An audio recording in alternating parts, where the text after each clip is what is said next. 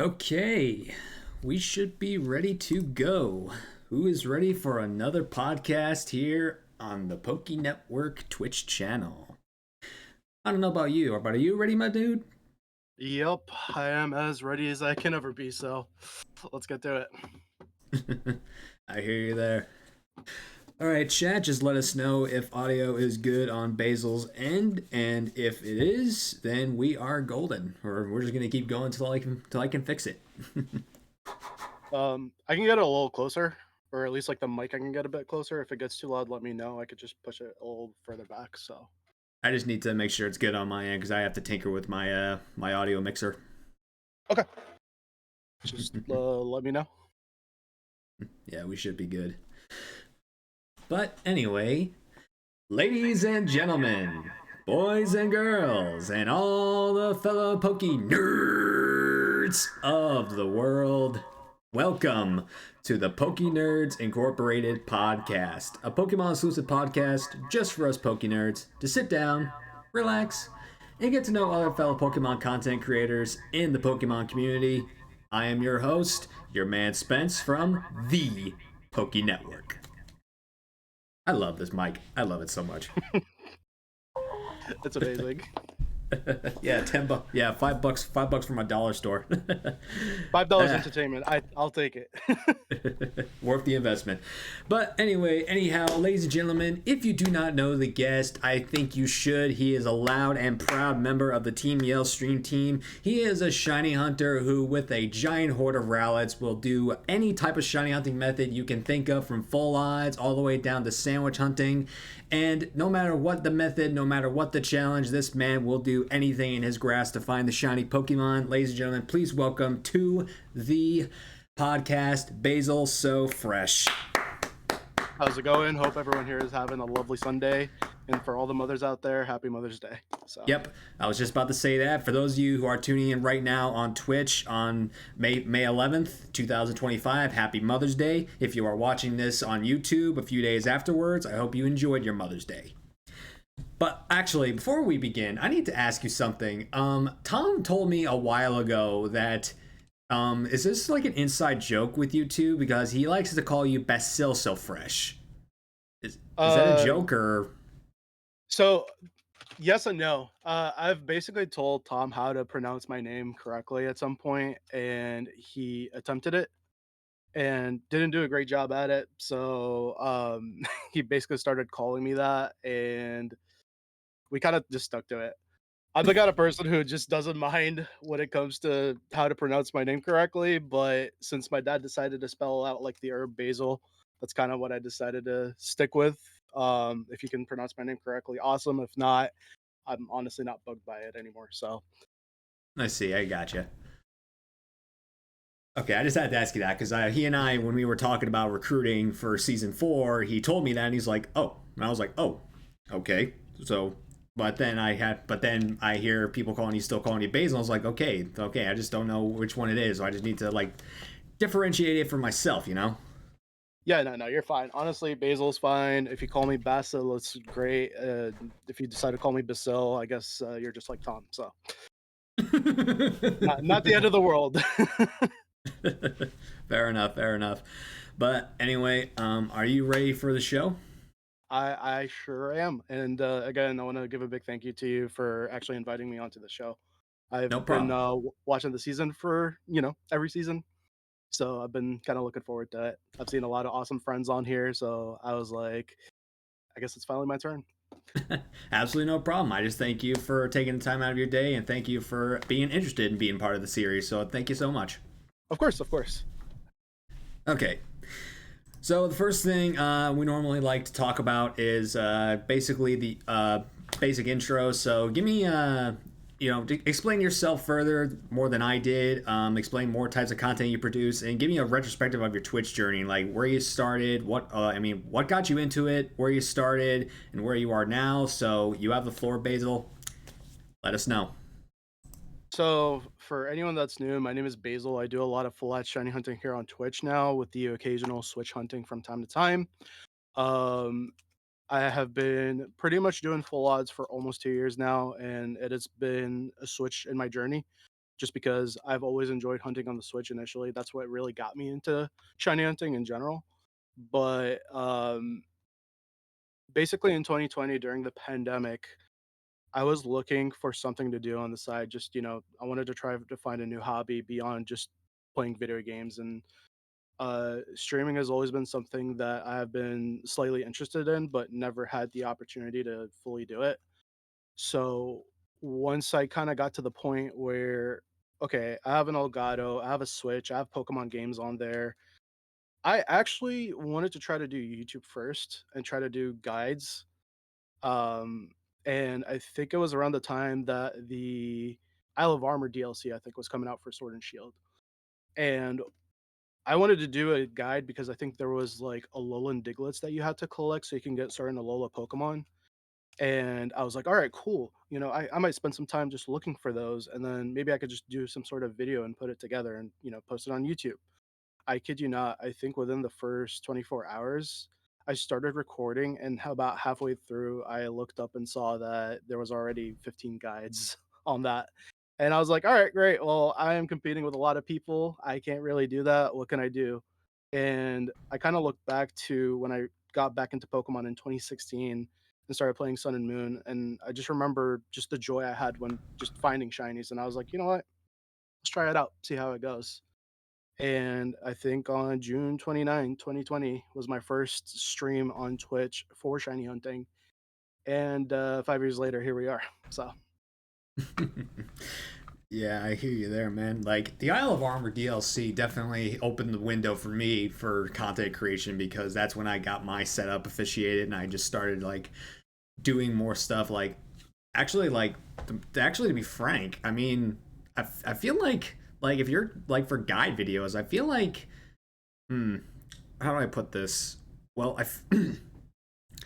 I feel like there's less competition on YouTube for those types of videos than there is Twitch because there's thousands of people online on Twitch every day to compete with, but on YouTube it seems like there's a good handful, but it's not like there's less people to compete with than there is on Twitch. So did that kind of thought process ever cross your mind, or did you just jump right into the Twitch? I think I just jumped into it without really knowing what kind of competition I was going up against. I think I just kind of did it as one of those things where let me shiny hunt, let me have fun, let me meet friends along the way and see where it goes from there.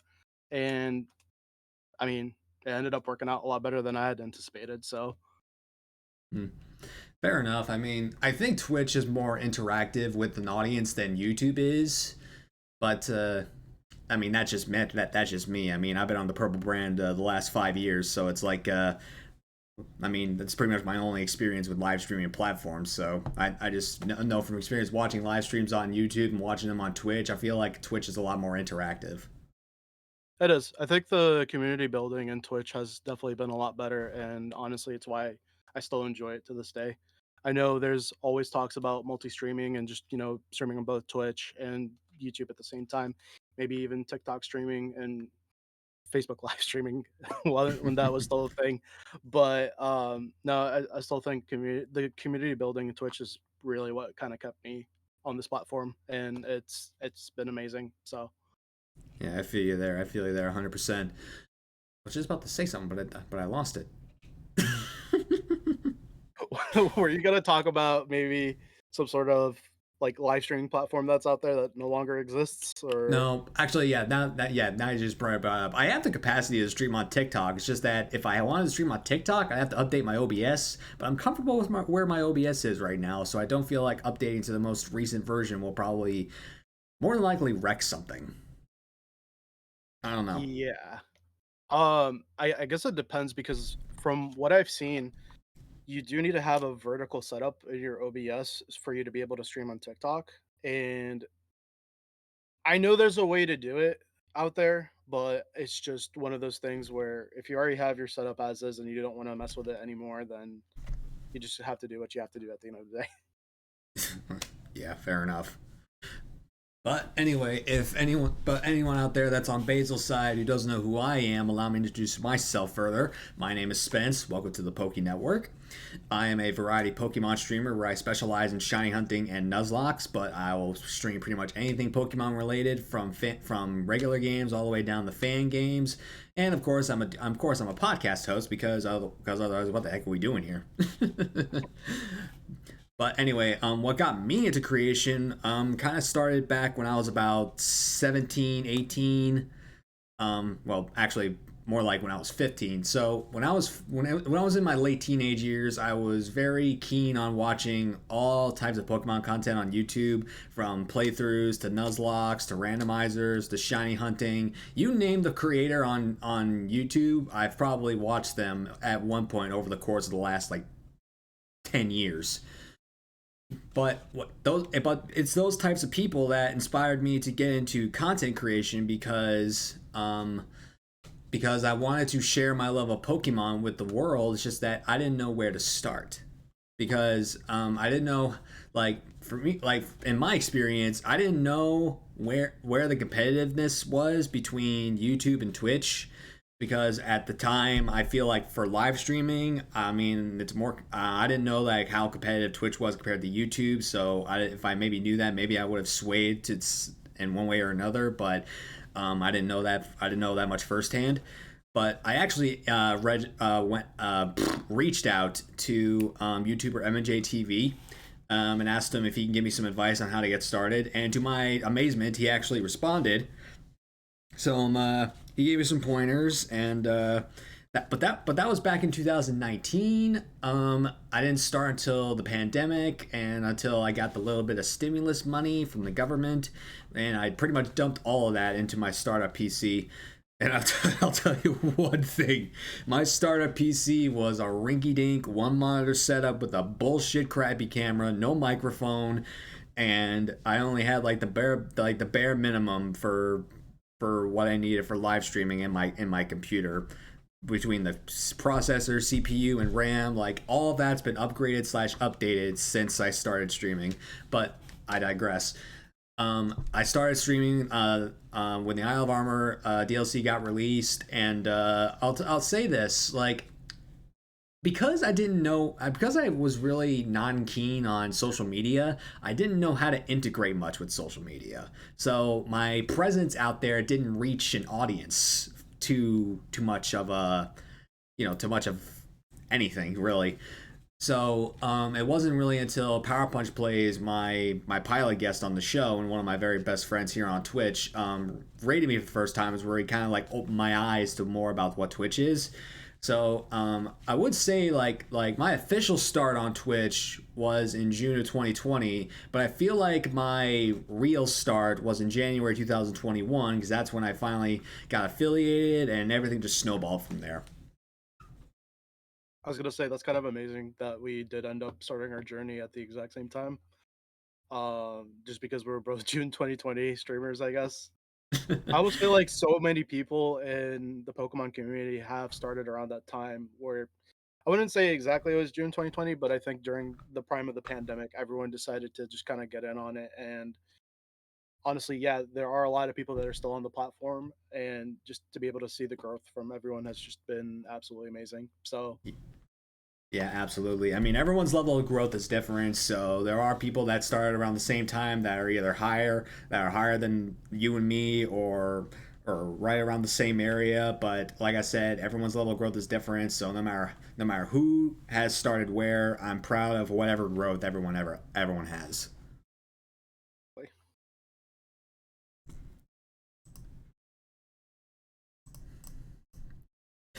All right, so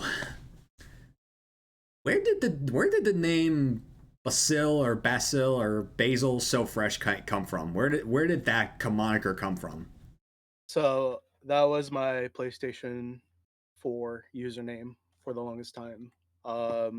I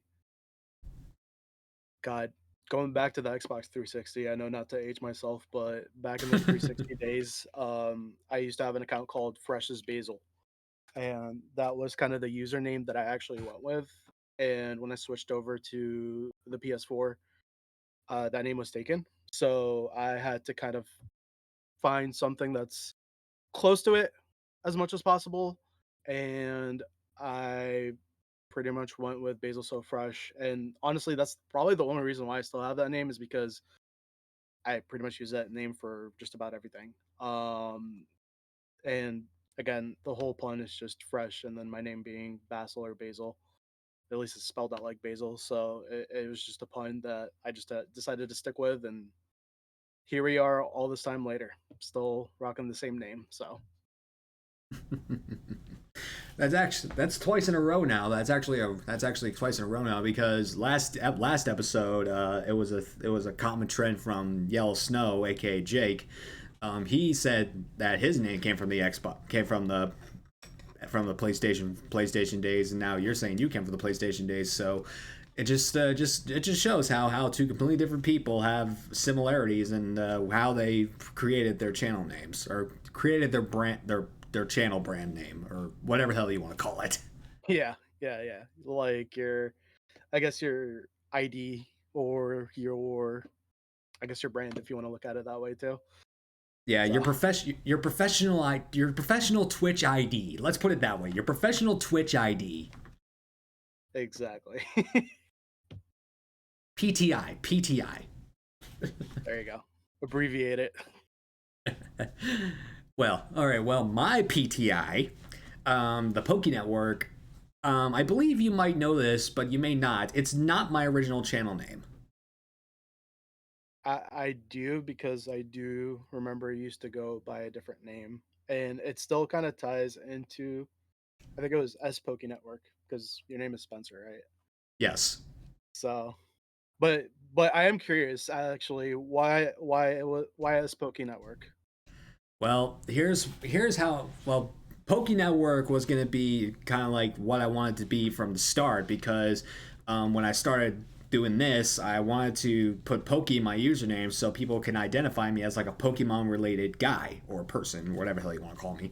But network didn't go in. Network came from my college days because I went for school for business administration, and I won't bore you with details, but there are a lot of group projects in the class courses that you take for business, and yeah, there's a lot of group working. There's a lot of networking, and I was like, huh, Poké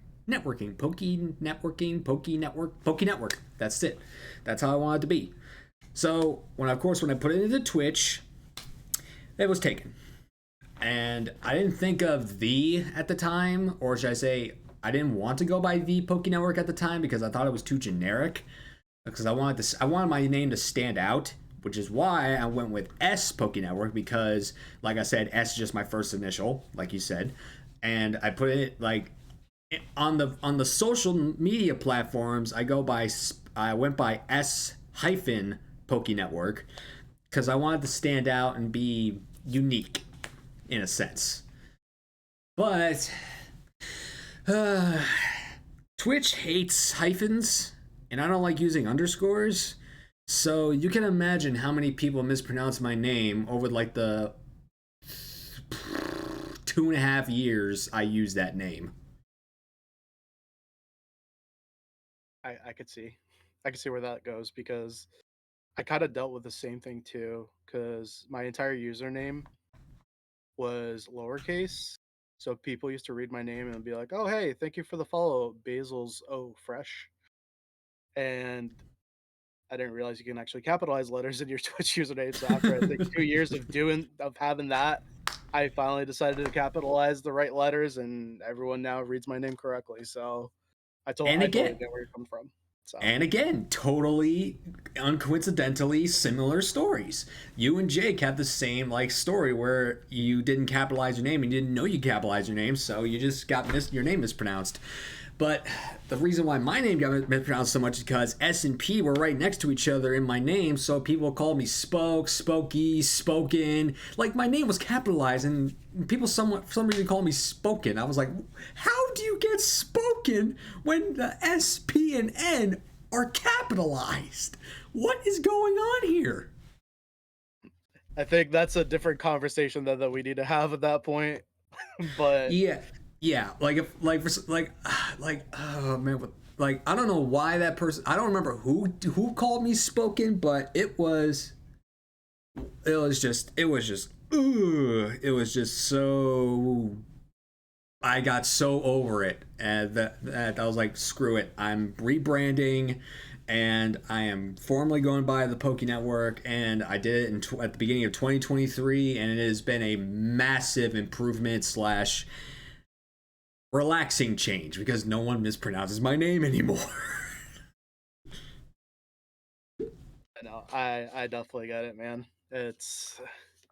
It's good to know that people could just spell your name out right. I think that's just kind of important. And I think with how Twitch has been recently too, I think it's always nice to basically let a streamer know how to pronounce your name just ahead of time, just to kind of save the formalities, and it just it sets it up for, I guess, a better future, especially if it's a community that you want to be a part of for the long run. So Yeah, I hear you. Like I'm no I'm guilty of botching my slew of names over the last 5 years, but I have periodically gotten them right on the money. So I either say that, like, whenever someone new comes in the chat, I either abbreviate their name to something in case I don't want to mispronounce it again, or I say it all outright because it's a shorter name. So you know.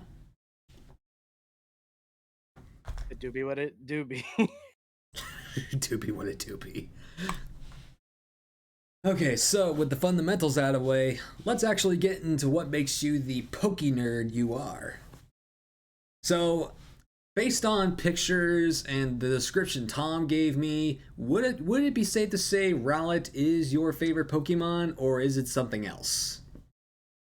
I guess I do have a top three, but Rowlet is on there for sure. If you want me to go through the other two, Heracross is another very. I would probably say they're tied for first place, and then for a third Pokemon, Breloom. Hmm. So, Why those three Pokemon in particular? Rowlet was actually my starter for when I started playing Sun and Moon, and Sun and Moon is the game that got me back into Pokemon. I know a lot of people have their gripes about it. I know Ultra Sun and Ultra Moon is a better game, but I think Sun and Moon is what kind of opened that door back up for me for Pokemon. Mm-hmm. Um, Not to dive into it too much, but I did a lot of. I mean, I played Pokemon growing up. I started with Pokemon Yellow. It was my first game, and I went all the way up to Gen 4. Got my DS stolen with Emerald and Pearl in it in high school. So Oh. that ended up being kind of like my line in the sand for the Pokemon series. And right when I graduated from college, the game that was out at the time was Sun and Moon. And I was like, all right, I think Black Friday came around. I picked up a 3DS. I picked up all the 3DS Pokemon games, and I found some DS games at the time that I wanted to play. And as soon as I started playing Sun and Moon, Rowlet was my first starter. And honestly, I also love owls too. So it's my favorite animal, and it just ever since I saw Decidueye, I was like, all right, this is what it needs to be. As for Heracross I have a very long history with in many different shiny hunts, but also it was my favorite Gen 2 Pokemon growing up. And Breloom just looks really cool. It's um, it's a fighting mushroom, and it's got a really awesome shiny. So those are my three. Yeah, well, I want to bring up, like, you said people give gripe for Sun and Moon for being the lesser games, but yes, I can fully understand and in some texts agree on that. But Sun and Moon was the game that also got me into shiny hunting. So I wasn't a shiny hunter until Sun and Moon came out. So it's I give my courtesy, I tip my hat off to Sun and Moon for allowing me to become a shiny hunter. SOS hunting is probably one of my favorite methods. Hmm. Not only with how easy it is to do, but also it can be very rewarding too. With certain hunts, especially if you run into, I think the perfect example I could give you if you're going for like a Dratini. I know it's either in Sun and Moon or Ultra Sun and Ultra Moon. One of those two, or one of those two series, you can get an SOS of either Dragonair or Dragonite to show up, and I actually managed to get a shiny Dragonite 4 years ago, and it was level 16. So that thing is in my shiny living dex right now, and it'll stay as a level 16 Dragonite. I am not touching it. So Bravo. I did a similar SOS hunt, not the shiny hunt, but just to prove that I could get it. I did that Route 1 Salamence, no, that Route 3 Salamence hunt. that's on my list. I will tell you Yeah, that now. I didn't get it shiny, but I did get the Salamence. Sometimes, honestly, just to see a level 12 Salamence is really cool. Did you so actually let me ask you this. Did you decide to play with the Salamence in your playthrough, or did you just leave it at that level 12? Oh, I used it for the entire playthrough, buddy. I used it up until the point. Shit. Crap. Did I keep it on the team until? I'm trying to remember. I'm trying to remember if I kept it on the team until I used Solgaleo, or because I like with most new games I like to use the legendary if I can, but lately I've just been on that trope of not using legendaries from the main tags. You know what I mean. Yeah, yeah, yeah. Like you're not trying to use the box legendary as part of like your team, Yeah. which understandable. But yeah, I did use that Salamence pretty much for the entire playthrough of Sun and Moon. But I think I make I if nobody knows this by now, I'm pretty much coined the Obstagoon guy of Twitch because I was like one of the first people to use Obstagoon as a mascot for Pokemon or their Pokemon channels. So Obstagoon has been my favorite pretty much since 2019. And I'll tell you one thing, that thing dethroned Darkrai because Darkrai was my favorite Pokemon for almost 10 years. And the fact that it actually for over 10 years, and the fact that it dethroned it is like, holy crap. And now to get a mythical Pokemon dethroned, it takes a lot. It Yeah. absolutely does. Yeah. But real quick, I will say this, and Spence, I think just by knowing you, and knowing that you're an Obstagoon fan, a lot of times one thing that's cool about just being in the Pokemon community in general is that you can almost instantly recognize a streamer not by face, not by like their channel, but a lot of times it's by their favorite Pokemon. Mm-hmm. And you instantly associate that Pokemon with the person. Like just to kind of give you two examples, like when it comes to Tom's always about the Gibble line. I've always known him to be a Gibble stan. If I see a Gibble, I instantly think Tom or Nomi. And then Mike, I just see a Suicune and I'm like, all right, that's Mike's favorite Pokemon. Yep. It's amazing that you can have that connection just by looking at a certain Pokemon and then just kind of recognizing some of your friends just by doing that. So Yep. I fully agree with you on that. But the reason why Obstagoon became my favorite was because basically as soon as it was introduced I was like this thing jumped into my top 10 based on looks alone with no other information regarding it, just on looks alone. It was like honestly one of the coolest Pokemon that I have ever seen, and the sheer fact that it's a like I love black and white color schemes, and the fact that it's just a black and white giant honey badger menacing looking thing, and the fact that it's based off of like an actual person because it's based off of Gene Simmons from Kiss, and the fact that it's a dark type just is just icing on the cake. But when I finally started playing Sword and Shield and I actually finally used it, my man, this thing is an abomination. You could set it up with a reckless set or a gut set and this thing will wreck house no matter what type of set you want to use, and it just wrecks house. And I've used it on Nuzlocke teams, regular playthrough teams. It's just, oh god, I love it, and I love it shiny. It's just a very glorious shiny. But the reason why it became my favorite was because I wanted to have a Pokemon mascot, And I didn't want to use Darkrai because for a while Patters was using it as like a sub mascot, and I didn't want to feel like I was copying anyone. So I just decided to go with Obsidian because no one else was using it, and long story short, here we are.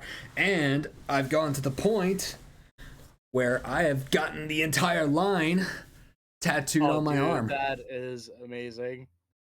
Yep. This actually is almost done. I got my final session in 2 weeks. So in 2 weeks, this bad boy will be done. That is an amazing tattoo. Yeah, it's an expensive one too. I mean, look, to be fair, with the amount of detail that's got on it, I would not be surprised that it's that much. But if you don't mind me asking, how much? As of right now, I've spent 1,400 on it. Wow, that is a hefty amount. But you know what? It's worth it. Yeah, I think honestly, I think me temporarily moving in with my sister and my brother-in-law is kind of like what's the term I used? What's the term I used? Crap, I had it yesterday. I had it the other day. It was I forgot the term. I forgot the term, but it was just it's kind of helped me in the long run because write that shit down. Write that shit down.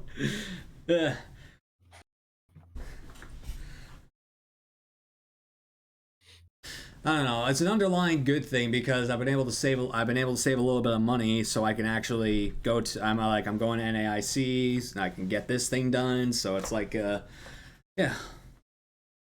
making good out of a bad thing, you know. Yeah, no, 2025, just try to enjoy it as much as possible, whether it's trying something new, getting a tattoo, going to a Pokemon event IRL, just take advantage of it. Yeah, But I'm actually really glad that your family's there for you. It's always a good thing. So yeah, honestly, the only family I got left, so it's like if I don't got them, I'm pretty much out in this world alone.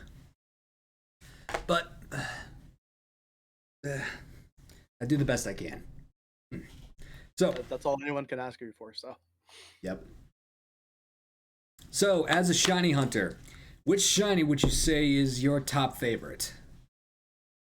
Heracross will probably be my favorite, just because it's available in so many games. Well, first off, I told you there was a bit of a story with Heracross. I did 2 shiny hunts for Heracross so far that made me really fight for it. The first one was one of the first few hunts I did as I was streaming in Sword and Shield. I got a shiny Heracross, failed it because it hit itself in confusion from Thrash.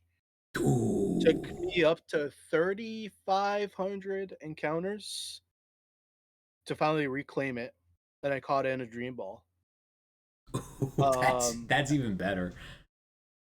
And it took me about 2.5 months, but that was a small one.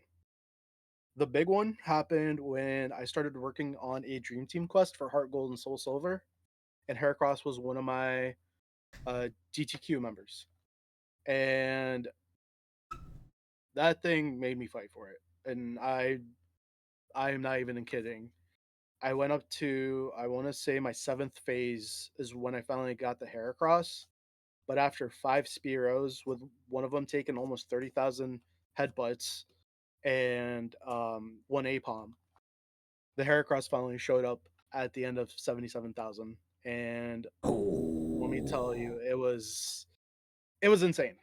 It was insane. Also, I do see Tom decided to roll in. Speaking of the human being, the Bluetooth device is ready to pair. Dragon Taper Tom, thank you for the raid. Welcome to the podcast, Raiders. I am your host, your man Spence, and today in the hot seat we got BasilSoFresh, who was just talking about his amazing Heracross stories across the Pokemon universe. Anyway, Tom, where's your roamer, dude? We'll fight. We'll fight. But yeah, did you like? I actually have a friend, Psychotic Gamer, who did the same hunt for Heracross, and he got lucky. That thing was poisoned down in the red, and he threw his like last fastball, and he caught the damn thing. Actually, I do remember that. Do you have a similar experience? Like, did that, when you got your Heracross, did it give you a similar experience, or did you like catch it almost instantly? I overly prepared for that hunt.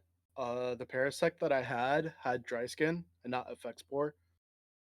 And I think John ended up having one with effect spore, which is why I ended up getting poisoned. So I spent a good amount of time making sure I don't.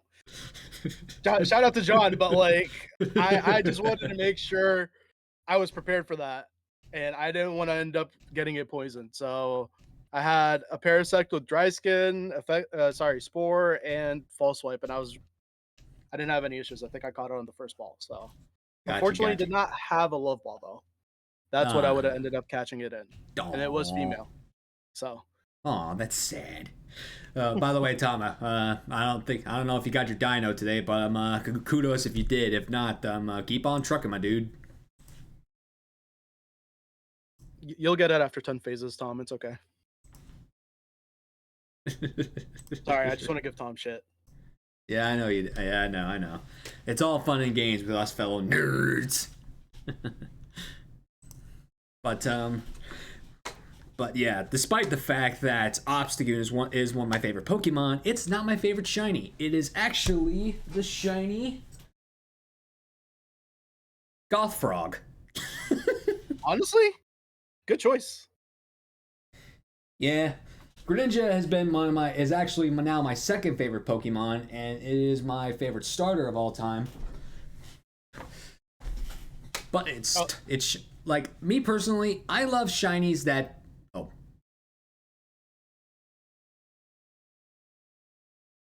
Oh, he's got the tiny one.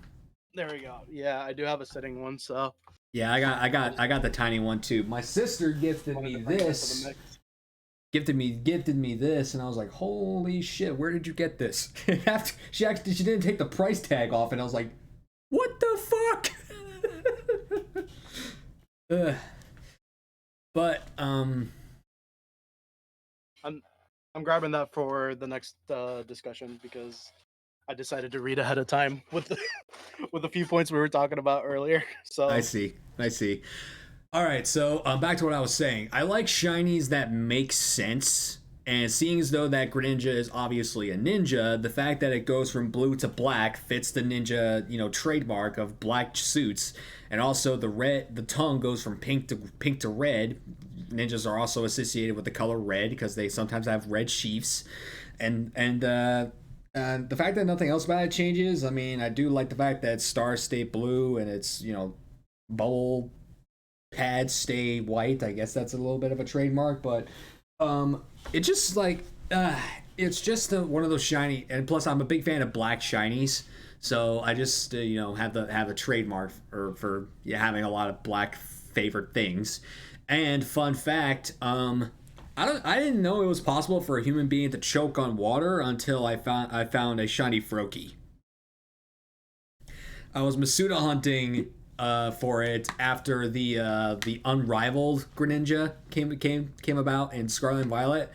I got it within the first 200 eggs, and I took a sip of water right before it hatched, and instead of doing the traditional reaction, I literally just didn't even my airway just choked up, and I choked on water. I didn't know it was possible, but it happened. If anybody's interested in seeing that type of reaction, you can put exclamation point Froakie in the chat. But yeah, there dumbs down that one. I was gonna say, I mean, you're doing your own ritual for a shiny water type, so if it means choking on water, then so be it. I guess in some ways it can be classified as a ritual, but in some ways it's more of a happy coinky dink. There you go. Okay, so what about your favorite type? Like, out of all the Pokemon types, which one would you say was your favorite? It's really a tie between grass and ghost types. Obviously, we've already talked about Decidueye. Uh-huh. Uh, since that's one of the many grass and ghost types that we have available. But I would probably say like in that department, you got like Decidueye, Trevenant, Telmise, All of Bramblin, them and got Bramblegast. So, uh excluding the last two, those ones got really bomb shinies. oh no, absolutely, Trevenant has probably one of the coolest shinies out there. It is a hunt that I always like doing on Halloween. Uh-huh. So, Yeah, like I got nothing against Bramblegast and whatever the heck that line is. I just hate certain Pokemon that are based off of inanimate objects that have no godly purpose. A tumbleweed. I don't know what the purpose of a tumbleweed is, but I don't know why it had to be made into a Pokemon. so I do a bit of competitive from time to time, and Bramblegast was a very underrated choice. So a lot of times I absolutely enjoyed using a bramble gas to absolutely stomp people in VGC. So it was always a fun time. Um, I will say though, I definitely hope that they find some cooler grass and ghost types to make in the future. Even though we already have a decent selection, minus the Bramblin and Bramblegast. So Yeah, they coop up all the grass and ghost types, yet they constantly neglect us with the bug dragon type. Flygon should have been it. I know a lot of people had the That same sentiment. that or Yen Mega. That's it. Give us the dragon bug in Gen 10, damn it. Make it the pseudo. Make it the first bug type pseudo. That would actually be really cool. Honestly thought that Gudra would end up falling in that category. Mm. It's a slug. I don't really associate slugs with bugs. But anyway. Yeah. We could go down a scientific approach of generalizing it or not, but honestly, it is what it is. Yeah, true there. I mean, I pretty much scream what my favorite type is because my color scheme just says, does this guy like dark types? I guess he does. I like dark types. Honestly, didn't know. I wear all black all the time and I hide my face with a pair of sunglasses. What do you expect from me? Trust me, I know. But anyway, like dark types are been a staple of mine pretty much since Generation 5. I have used a dark type on pretty much every team I have used since then. I've used Crocodile in Gen 5. I used Greninja in Gen 6. I used Incineroar in Gen 7. I used Obstagoon and Grimmsnarl in Gen 8. I used King Gambit and Bombardier in Gen 9. Let's see, in older games, I've used pretty much every single dark type in existence in the Dark Conquest series, excluding my least favorite Pokemon, which we'll talk about later. Someone in the chat just had to say before I brought it up. But anyway, but anyway, um, plus, I've had a pretty dark. I guess it kind of. I guess my favorite type reflects on how I view my past because I've had a really dark past. I've had some pretty nasty crap happen to me, and it's just like I think people's experiences in real life will be what's the word I'm looking for? It will reflect on how they view Pokemon as a whole. So I think if somebody has like more of a cheerful exterior or has had some like really good stuff happen to them in real life, they probably maybe more towards like grass or fairy types, or if they had or been like more down a rough rugged road, they've associated with more like either the fighting or the dark type. So that's kind of like where I kind of go into play because actually fighting is one of my top is in my top 5 favorite types. So the dark type just took it over the hill for me because actually my top 5 favorite Pokemon are all dark type Pokemon. And we got Obstagoon, we got Greninja, we got Darkrai, we got Hydreigon, Umbreon. Just like it's just a reflection on how you see or view yourself, you know? That's one way to look at it too. And also, it kind of depends on what your experiences are, kind of in general. So even though you said grass is like a happy type of I guess type when it comes to having that as your favorite Pokemon, the big reason for me behind grass is because I pretty much grew up in Lebanon for like the first 10 to 12 years of my life, and a lot of it was spent going up to the mountains and just being surrounded by nature. So I think that's really where just the Yeah. grass type really comes in. Yeah, that's also a key. That's also why I kind of like wanted to bring more about, because like I think nature as more like being outdoors in nature is an expression of happiness. So that's why I associated grass type with more of a happier tone. Because unless like you're like one of those, unless you're like a storm chaser where you want to see the destruction of nature, I prefer to like be the more gentle side of that, where I'm taking hikes or riding a bike through nature. It's just like that's kind of like how I do it. That's kind of like how I see it. Gotcha. So in my case, then am I like just a balance down the middle then, where because I also like ghost types, maybe just I just enjoy spooky stories and just playing horror games. Is that I guess is that a route we want to go down, or how do we feel about that? I mean, I've played my fair share of horror games. Actually, I've only played a few, but yeah, it's not that I don't want to play horror games. Just not a lot of stuff actually gets to me in terms of like spooking me. I just don't get scared too often. I think what was it? There was like a game that I used to play like 2 years ago. I think it was called Devour on Steam, and I remember every time you get caught by the ghost, I would just start screaming, just because it would just it's I think it's kind of like one of those things where you have to collect certain items around the map, and there's 10 items usually. At the beginning, the ghost isn't too crazy, but then the more items you collect, it starts to get a lot more aggressive. So even if the ghost is chasing you, it it can catch you and it'll like flip out, and it just gives you this jump scare. You just don't even expect it. But it just gets worse when it's angry because that thing is just chasing you down. And when it's like 1 a.m. in the morning and you're just like shouting like a lunatic when everyone around you is asleep, it's not exactly the best experience. But um, it still makes for a fun story to talk about. So Yeah, that kind of sounds about right. yeah. Well, anyway, back on topic. What would you say is your favorite Pokemon game? And if you have a spin-off game you like that's outside the main series, please list that too. Main series games easily Gold, Silver, Crystal, Heart Gold, Soul Silver. I just love Johto. It's it's one of those games that really got me into just absolutely loving the series as a whole. And a lot of my favorite Pokemon do stem from both, you know, yeah, Gen 2 and Gen 3, but mainly Gen 2. Lugia being my favorite legendary, Heracross being one of my top favorite Pokemon, and just Kingdra as well. So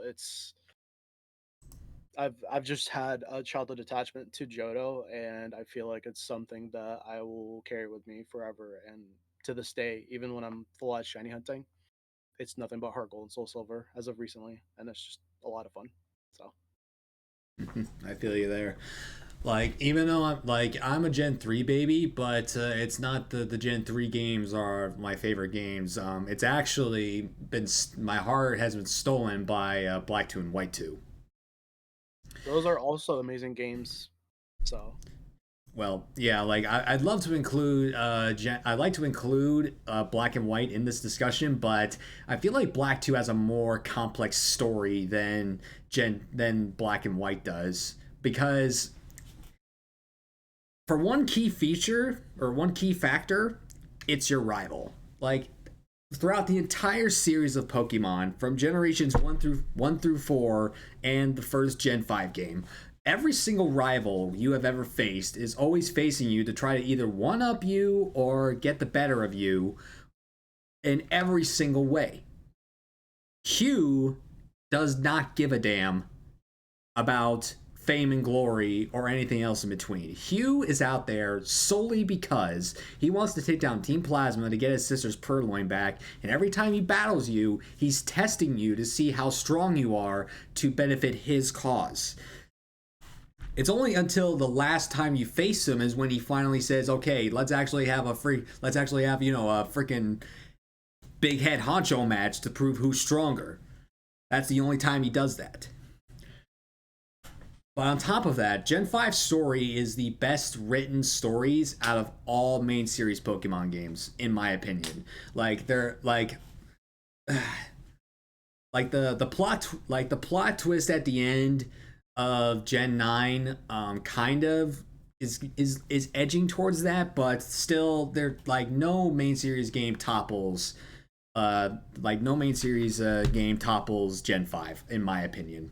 So that's just my biased opinion. Plus, a good chunk of my favorite Pokemon come from Gen 5, so I'm just biased. Bias aside, though, I kind of can see where you're coming from when it comes to Gen 5 being such a good game or just being a good set of games, because I almost feel like after Gen 5 has been out for at least 2 years, people used to egg on Gen 5 a lot I until, know. someone showed up and then they started egging on that instead. But as kind of time went on, people slowly started really appreciating Gen 5 for what it is. I And yeah, I do agree. Black 2 and White 2 do have really good story building and really good character development.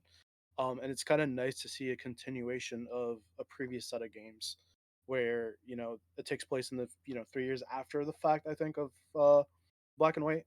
about 2 years. And yeah, so it makes it I like seeing a continuation. I like seeing them build on it. And I think that's what really made Black 2 and White 2 amazing games. And because everyone is sleeping on it, unfortunately, if you try to pick up actual physical copies of those on the market, they're a lot more expensive to pick up than you would have if you did it, 10 years ago. Yeah, So, I would like to say that games aged like fine wine. for sure. No, absolutely. Yeah, because wine's not that really good when you first try it out, but you let it age, it tastes a lot better. But yeah, I can also agree with you on like the Johto series because I've thoroughly enjoyed Johto. Two regions, two different types of Pokédexes, 16 badges, red, the Pokemon following you in Heart Gold Soul Silver. Like Heart Gold Soul Silver are the peak of remakes for all Pokemon series. So there is yet to be a remake game that topples those games in my. To be fair, I don't think anyone can disagree on that. So here's kind of a side question for you. Let's say, because we're kind of on the trajectory to pretty much getting remakes for Gen 5, would you rather see a full-on remake of a combination of Black and White and Black 2 and White 2, or do you kind of want to see like maybe a Black 3 White 3 where they basically expand on that story even more and just kind of go beyond that? Here's my opinion on it in that factor. So after what happened with BDSP, I will say this, and I put this on the record every time I talk about it. If Ilka are the main developers of any Gen 5 remake, just like they were with BDSP, I will boycott playing the games. I will not even think about spending a single penny on those games because I have such a high standard and respect for Generation 5 that anything Ilka will do will tarnish their reputation. But I would like to see, honestly, instead of a Gen 5 remake, just give me the Gen 5 Legends game and let me see the original dragon. Yeah, no. Honestly, I think that was kind of like one of the biggest things that we're all kind of looking forward to. We've always heard about the original dragon, never have actually seen it. So if we're able to finally get a view of what that's going to look like, I think my inner child would be very happy. And Yeah. actually, even me as an adult, I would be very happy to see that. So Yes, me too. But seeing as though we're on like the trajectory of remakes, I feel like we're gonna get a base black and white remake game. But I think hopeful if they do it right, they will hopefully put the Black 2 and White 2 integration into post game material. Like for example, the Dream World. If they could do the Dream World and they can actually integrate it where we actually go into the future and we get to explore the areas that we get to explore in Black 2 and White 2, that'd make the game for me a much more enjoyable experience. And on top of that, all the Pokemon that we're going to miss out because it's going to be the original 150 plus Pokemon from Gen 5's original Pokédex. Seeing all those old Pokemon come back, it just would make the game a lot better. That's just how I view it. No, I think honestly Gen 5. So I do enjoy the expanded Pokedex when it comes to Black 2 and White 2, but the fact that they forced you to use nothing but Unova Pokemon for the Black and White original series, I think was kind of a good approach because you're only limited to that Pokedex. Yes, I understand there's some designs that are not really favorable when it comes to Black and White. I still think being able to be limited to just that region made it for a much more challenging but much more rewarding, I guess, playthrough. Exactly. I feel that myself, which is why I kind of like it's actually pretty much since Generation 5 I've tried to actually use nothing but the new gen Pokemon in my playthrough teams. So that way I get to experience the generation's Pokemon that they gave us for said experiments. Like you can experiment so much with Generation 5, it's ridiculous. But Gen 6, 7, 8, like Gen 6 and 7, there's like barely any experimentation, you know? So let me ask you this: considering Obstagoon is one of your favorite Pokemon and it comes from the Sword and Shield era, did you stick to nothing but Gen 8 Pokemon in that playthrough, or did you decide to dabble with some older mons? Yes, I did. Gen 8 Poke. I used two different unique Gen 8 teams for Sword and for Shield. For Sword, I used Inteleon, Obstagoon, Corviknight, Centiskorch, Toxtricity Antform, and Dragapult. For the Shield team, I used Cinderace, Dreadnought, Orbeetle, Runerigus, Dracozolt, and Grimmsnarl. Really good teams. I try. But have you is there a spin-off game that you like that you really like? Oh yeah, thank you for reminding me about that. Mystery Dungeon, honestly, has been an amazing spin-off game that I do enjoy on the side. Just from like the old aspect, I would say I really enjoy just navigating through a bunch of dungeons and just accidentally stumbling upon a monster house to potentially get destroyed.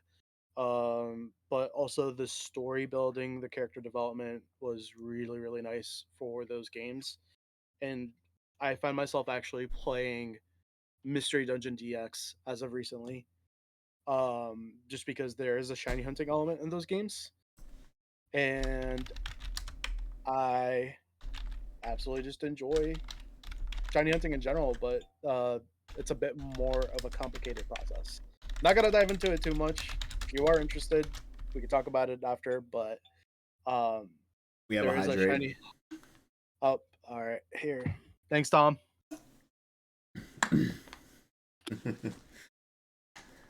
Is there any specific Mystery Dungeon that you like to credit, or is there just Mystery Dungeon in general? Uh, in general, but if we want to be specific, Explorers of Sky. Hmm. I'll be frank. The only Mystery Dungeon I played was Super Mystery Dungeons, so I think it was a pretty good game. To be brutally honest, it didn't. For me, it didn't hold a candle to the Rangers games because I really love the Ranger games. Actually, like with the fact that the Switch 2, the Joy Cons turn into like mouses. It pretty much opens up the idea of getting ourselves a brand new Ranger game on the Switch 2, which I swear on everything, will I will fangirl screech if they were out announce a Ranger game for the Switch 2. I will fangirl screech. So, although I never got to play Ranger growing up, I've always watched enough gameplay for it to be really excited about trying it out, and I'm surprised we have gone this long without any sort of Switch variant. So, Well, to be frank, I think the only Switch variant we could possibly do was potentially, taking the good old Joy-Con and just like doing a. But I don't think the Pokemon Company wanted players to do that, so I think they kind of scrapped that idea. Hey, because okay, you know what? I could see what could happen. You could just sit there and just swing your Joy-Con, and then it just flies out of your hand. But That that's or why we we have the accidentally. straps. That or we accidentally hit somebody, or we get like wrist pains or something like that. I have no idea. But Fair. But yeah, if I had to pick the main series game or spin-off game that I like, XD Gale of Darkness. I played it for the very first time on stream, and I just had a very, very fun time with it. It was so much fun. And when I actually played it for the very first time, I was doing a 24-hour stream, and my family actually came in, and they actually sit and hung out and played the game, or I played the game, and they sat down and watched it with me. So like Go ahead. I was gonna say, like, the family got the real time version of everything, while the Twitch had to get like that 5-second delayed reaction, Yeah, no. But no, I was just gonna say real quick, how do you feel about Shadow Lugia? And do you hope that Shadow Lugia would ever come back into the Switch 2 games? Now, I know we're getting a remake, or not a remake, sorry, we're getting XT Gale of Darkness as one of the expansion games for the Switch 2, which is really, really nice. But if there's any potential chance of bringing that into home or being able to play it in future Pokemon games, would you want to? Probably. I mean, I would love to play it again, but I'd have to get the expansion for it, which I don't currently have. But it just like, I enjoyed the game. If I knew that I was gonna, if I knew that I was gonna get a chance to use a Ampharos later on, I wouldn't have evolved my starter into a Jolteon. I probably would have evolved my Eevee into, I don't know, maybe Espeon or Umbreon, to be brutally honest. But I wound up using almost a bare basic team. Aside from like my Ursaring, apparently a lot of people don't like to use Ursaring in playthroughs like that, but I found use using Ursaring. I know we have a new evolution for Ursaring, but even back in the day as a normal type, I still thought it was pretty decent. So Yeah, I definitely agree on that. Okay, so let's move on from the love of this Pokemon franchise to nothing but the hate. So I think I got the idea earlier. So what is your least favorite Pokemon? I'm gonna tie this as a 2-in-1, but it's gonna be both my least favorite and my least favorite Pokemon and my least favorite shiny as a 2 in Okay. 1. Yeah. This piece of shit. I can understand why, but give us more into why exactly why. All right. Before I dive in, I just want to say this is a plushie that Tom bought me when we were at Toronto Regionals last year. Yes. He understands my pain and struggle with this Pokemon specifically because of my hair crossline. And long story short, this is the Pokemon that I phased the most on in my hair crossline in Heart Gold and Soul Silver. And it was also officially one of my longest phases in a full odds game. And sitting at 30,862, um, this fucker haunts me to this very day. And if I ever run into it in Heart Gold and Soul Silver Safari and I phase on it, I would be very tempted to run away from it. So, Oh, you like, if it was during Safari Week, you'd still run away? I still would. I would actually think about it, just because I despise this Pokemon. I have 5 of them just sitting in my boxes right now, and they're gonna live there until the end of time. So, Well, if you want me to be frank, my Darkrai took me 20,118 resets, and it's sitting in Scarlet and Violet right now doing nothing. what's a Darkrai, man? It's it deserves love. It's a mythical. It's a cool shiny. Oh, you know damn well my history with that motherfucker. I 2 do. years, 2 years. I do. I've honestly, when I finally saw you get it, and your reaction was insane. I honestly would have had the same reaction too if I won 20,000 for a Darkrai, but man,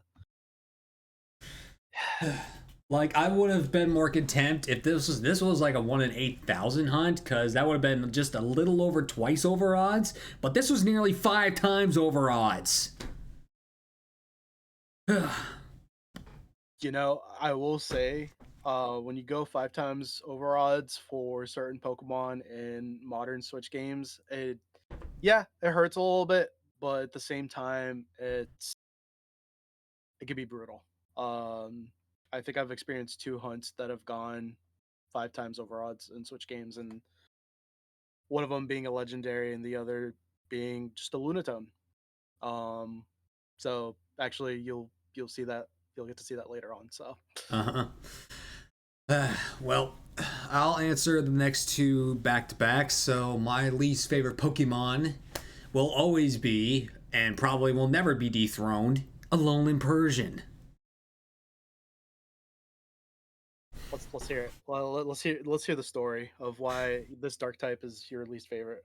First off, design-wise, this thing is the single most ugliest Pokemon I have ever fucking seen. The fact that it looks like it swallowed a watermelon and it got stuck in its head, and like the rind got infused with the skull, and it just looks like that smug little bitch. It just pisses me off every time I see it. The whiskers are just god awful to me. Just the color of it is like, it's like the worst, like piss pant gray. It's just like, I hate it so much.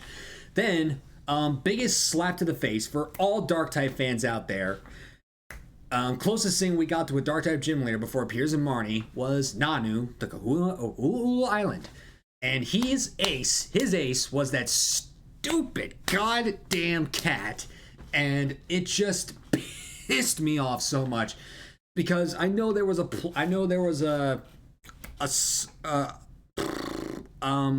shortage of dark types in Alola, but he could have just used an Alolan Muck and the battle would have been better. But no, he had to go along with his freaking police mates with the Alolan Meowths and just choose Alolan Persian.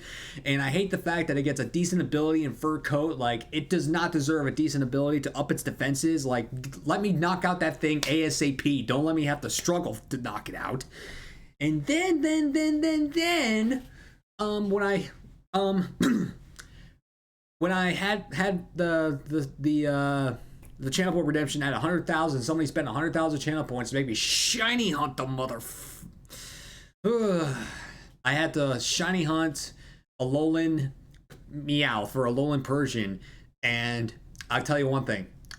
4 hours later, the worst 4 hours of my life, 192 eggs, I got that stupid cat, and then I ejected it right from my game into a friend of mine's because I did not want that toxic virus running through my game. So, yeah. Alolan Persian. Yeah, Alolan Persian, let me punt it to the sun. Fuck you. But my least favorite shiny, is a three-way tie because it's all the same thing. Charcadet, Armarouge, Ceruledge. There's the difference. There you go. That's the difference. Just contacts. That's it. Yeah, basically contact lenses. That's it. Like, this is the normal version people see of me when I go on a live streaming platform. So when people see me without these on, they're like, huh, this is a rare form of a good old Spencer. But yeah. Yeah, just the fact that its eye color changes is like the stupidest decision they could have made for these Pokemon, because there were some of the most anticipated Pokemon for Gen 9, and they got some of the most ass shinies of the entire history of Pokemon.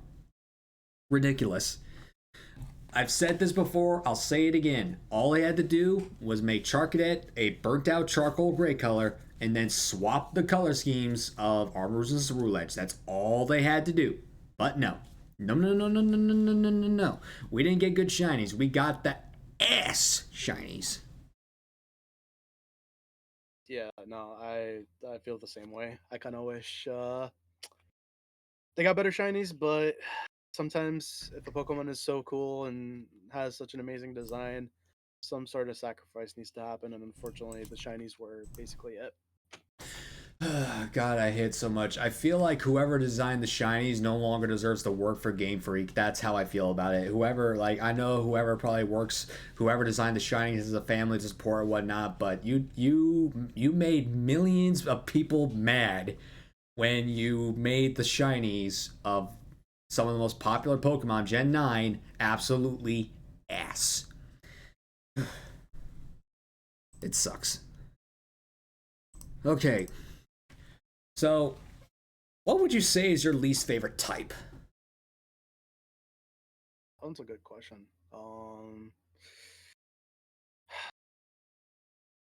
God, is it okay not to have like a least favorite type? Because I almost feel like I don't know. It's kind of tough. I think if I want to like look at just every Pokemon that falls under a certain category, I feel like there's a lot of least favorite Pokemon within that type. I don't know. I might stick with the idea that I don't really have a least favorite type, only because there's always like a Pokemon that stands out within a certain type that just makes me automatically fall in love with it, and then it's kind of difficult to just really come up with one. So I'm just gonna say no. I don't have any favorite, least favorite types. Fair enough. I mean, I've had my friend Loki came on the show, and he is a man of love. He loves almost all. He pretty much loves all things Pokemon. So he doesn't have a least favorite Pokemon. He doesn't have a least favorite type. I mean, there were like when we came to the least favorite section, like he almost didn't have an answer for me on anything. It's just like I was like, okay, this is a new thing. So yeah, it's not rare to not hate any singular type. So I can accept that answer. Oh, what about you? What's Very, your very, very, very, very, very, very, very. I despise fairy types for a few reasons. First, they nerfed dark types, which I hated. Dark type did not need a nerf. It did not need to get weaker. One of my favorite Pokemon of all time is Hydreigon, and it is basically a fairy type's bitch. And I just hate how much love, like when like in Generation 2 we got introduced to two brand new typings, Dark and Steel. They barely got love from generation onward for the love they got, for the love and support. Actually, Steel types, when they got introduced, they got a gym leader, and then later on they got an Elite Four member, some specialists. Dark types, they got an Elite Four member, another Elite Four member. Nothing in Gen 4. An Elite Four member, Gen 5. Like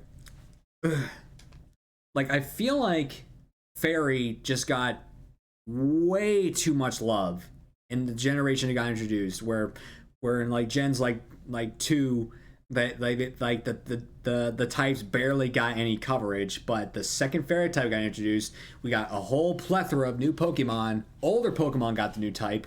It was the typing of the legendary, and the ace of the Elite Four, and the ace of the champion is a fairy type. What the fuck? You got to market it somehow. I think that's probably the best way to look at it. If you're going to introduce a new mechanic or a new type, I mean, let's say, down the line they introduce the 19th type.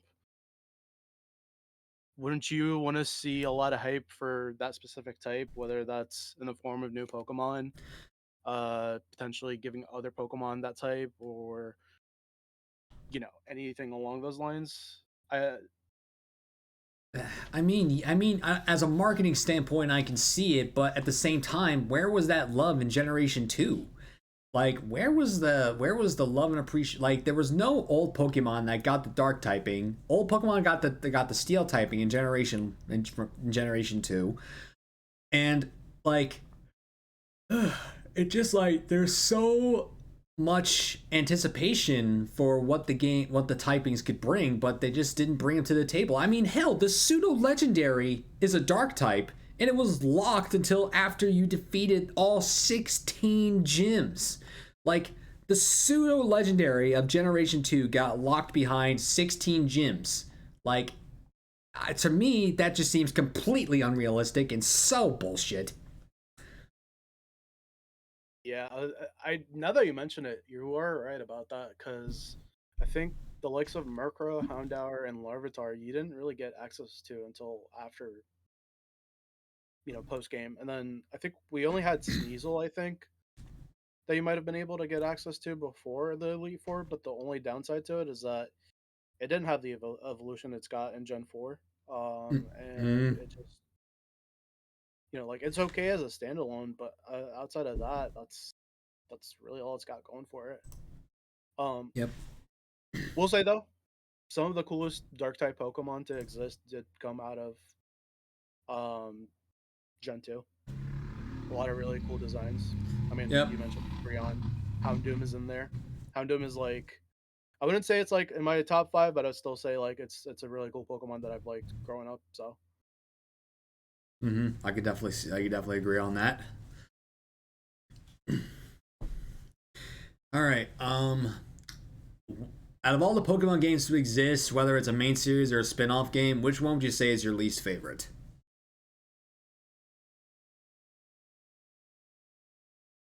I feel like everyone has talked about this enough. But in terms of value, X and Y was just not it for me. It took me so long to actually even try to play the game. And I will say the only rewarding factor about it is friend safari and horde hunting. So from a shiny hunting standpoint, I still enjoyed it, but it's not a Pokemon game that I would want to pick up purely for the story. That's for sure. Story was definitely lackluster in Generation 6, but on top of that, there was nothing to do post game. A Pokemon game has to have two prominent factors: a main story and a post game. Gen 6 had like no post game whatsoever. Not including the Friend Safari or Battle Mason. So the only redeemable factor I will say about X and Y, I think, is the lore. Um, and the anime was actually pretty good. The anime But was from a definitely. game, oh, sorry, go ahead. Yeah, you go. No. So yeah, the anime was the only redeeming factor, and then just the lore wise was really good. So that's why I'm kind of looking forward to Legends ZA because we get to really expand on the lore a bit more. So Yeah, let's see the. Yeah, I'll definitely see the lore a little bit more. But I also will say, like, I hate Diantha. I just despise Diantha. In my opinion, she's the worst champion in the history of Pokemon. That beats Gita. um, I guess depending on when you ask about Gita, because I think Gita post DLC was a lot better than what she was for base game. Yes, I can. Yes, in Scarlet and Violet, Gita gets better. Gita gets better. In X and Y, Diantha doesn't get better. She doesn't. And did you know this? There's only, unless you go back and face her a lot, you only talk to this woman is only in her game 5 times. There's like 5 times you actually get to see dialogue from this woman. Yeah, it's not enough. It's definitely not Yeah. enough. As a champion, you need to be more prominent in the game you've been introduced in, and she was not prominent. It was just ridiculous. Dino said, "All I'll say is Pokemon Dash." I'll be honest. I think I have only seen like a commercial for it, I and have that's the only experience. Oh, I've never heard of Pokemon Dash. It was a game that popped up. I think it was like one of the first few Pokemon games that showed up for the DS, and I'm surprised it wasn't like a mainline story game that would have taken first. But That explains why I probably never heard of it. there you go. Eh. But anyway, um, what would you like? Go into the deepest thoughts in your memory bank. What was your very first experience with Pokemon ever? I need to remember this really well because one of these events happened, and I'm not sure which is which. So I think I watched the anime first before I ever had the chance to play the game. Um, and I get to say this, but I've watched Pokemon in three different languages. Huh. I got to see it in English and Arabic, and this is kind of far left field, but Dutch. So the reason for watching Pokemon in Dutch is because that's all we had on the TV. There was a Dutch channel that just showed all different types of anime, but that was the only channel I had access to after school because they used to play Pokemon in the morning right before I would leave to go to school. So I would have to either catch it right before I go to class, or I would just watch it in a language I don't understand and wait till the evening when I'm done with everything. So that was the only way to do it. And then I think around my 8th or 7th birthday, my grandma gifted me my first copy of Pokemon, which was Pokemon Yellow, and that's really what opened me up into the games. And here we are, all this time later. Hmm. Yeah, I mean, I got my start watching the anime myself. Um, but I didn't watch it on TV when it was airing at the time because we didn't have cable. So I watched it on the old VHS tapes. Not to carbon date myself, but yeah. uh, but yeah, the very first three episodes I can remember fondly are the Isle of Giant, Pokemon Shipwrecked, the Isle of Giant Pokemon, and Tentacool and Tentacruel. Like those three episodes were the key that unlocked the door to all Pokemon for me. And yeah, I mean, I didn't actually first pick up playing games till about 2003 or 4, 2003 or I mean 2002 or 3 when I started playing Pokemon Ruby and Sapphire, which is the first game I ever played. But yeah, it just shot it just like everything snowballed from that point forward with Pokemon. I never grew out of it. From 3 episodes of the anime all the way up to now as a 28-year-old Twitch streamer, it just like it's boggling, you know? How one little thing just bam determines your whole future. Yeah, no, it's incredible, and I think even back when the internet's not as prominent as it was now, I will say there you had to basically search, and I really mean search, to find Pokemon communities. And I think YouTube was probably one of the few that I remember back in the day. Because a lot of people used to do Wi-Fi battles in Diamond and Pearl, and that was kind of like the exposure, I guess, that basically brought us here. So Yeah, from simple beginnings all the way to now, it still boggles me. And it's probably going to boggle my mind even further when I go to NAIC. So it's like, whew, I'm in for a lot. I'm in for the long haul. as someone who's been to NAIC before, I will say when you finally go to those bigger events, when it comes to Pokemon in general, whether it's TCG, VGC, or just being able to just be out there, you finally get to see the community in full force. And I will say it's probably one of the greatest experiences that anyone can do as a Pokemon fan. Um, just be careful with the spending because there's a lot of vendors. So a lot of plushies, a lot of cards, and everything you could potentially think of when it comes to Pokemon merch. It's all going to be there in one place. So Just be I careful. mean, I'm gonna try to get into the Pokemon Center because I've never been to one, so I want to try and get into it because you know, that's probably the only time I'll buy something Pokemon related is through Pokemon Center, to be really honest.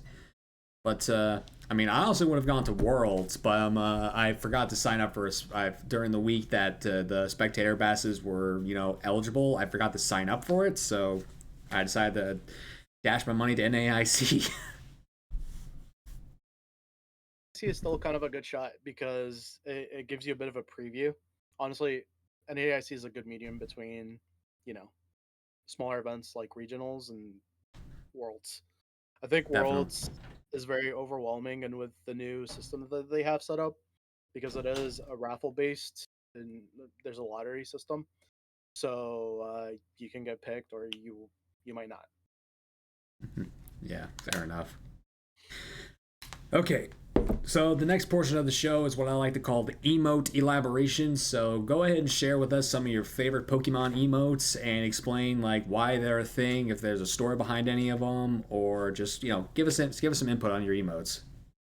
I'm gonna go ahead and just drop them into the chat Go ahead. real quick. So, you know what? I'm gonna drop the last one as a combination of it being one of my favorite emotes, but also to kind of tie us together here. So these are gonna be my three favorite emotes right there. Oh, hello, Pedro. Yeah. What is Pedro? Have you ever seen the raccoon with the Pedro song playing, and it's just kind of throwing its hands up in the air and it's just kind of spinning in a circle? I think I That vaguely remember that. here, I could send you the GIF in Discord just so you could see it, but that's pretty much what that's based off of. Mm-hmm. So it's just a baby raccoon just throwing its hands up in the air, Oh, I and see. that the closest Pokemon that would fall into that category was a Galarian Zigzagoon. So, and I know you're a big Obstagoon fan. So, All right, so but give me some more story behind these. um, the Breloom, shiny Breloom, I told you is one of my favorite Pokemon. I the only story behind it is that sometimes if I have no comment, I do just blankly stare at people, Uh huh. just in confusion, and it just made sense to make it as an emote. And the last one is a shiny Rowlet just tapping, kind of like a Sprigatito that Dino just posted as well. Just because it's a tap emote that I've always enjoyed, just being excited about stuff, and I feel like just getting my favorite Pokemon to do that is probably the best way to do it. So I hear those will be my three. you. You don't want to share any more? Um, I have one with a grim background or a grim background story, but I do have this Morgrim that has the evil stare, Huh? just It's shiny too. because it is shiny. Just because I did a authentic Sinistea shiny hunt in the Glimwood Tangle in Sword and Shield, and I phased on that thing 5 times to the point that sometimes you just take what is trying to beat you up and turn it into an emote, and Morgrim was probably the best way to do it. So I think Spearow is probably going to be next in line, honestly. So we'll see what that one looks like. We'll see. We'll see. Okay, I'm going to share 6 of my favorites. Here they are. All right, and I'm So, assuming a lot of them are going to be dark types. um, most of them, yes. Actually, 4 out of the 6. Oh, okay. So I got Zorua giggle. It's actually literally a scene from the Zoroark movie where the little Zorua is just giggling. So I just stare at that as like a hee hee. Um, I got Hydreigon as like my band hammer, but it's just banging its little head hands on the ground. Yeah. My luck emote, my shiny luck emote is Regidrago because Regidrago is my very first on-screen shiny, so it pays homage to that. I have a love and admiration for Lantern, and I call it Sushi, so it's in my it's in it's in an emote where it's literally just has like a sushi band and it's just like all cute, so I love it. I am a supporter of the LGBTQIA community, so I have Pride Tomb. This was like one of my favorite emotes ever because it's really artistic, And then of course I have Baby Zigzagoon biting onto a heart, so it's like show love and appreciation. Of course. Actually, that's a pretty adorable emote. I like it. Yeah. Okay, so next up, do you have any Pokemon hot takes? Opinions that you believe are right, but that might be perceived as wrong by a majority of the community.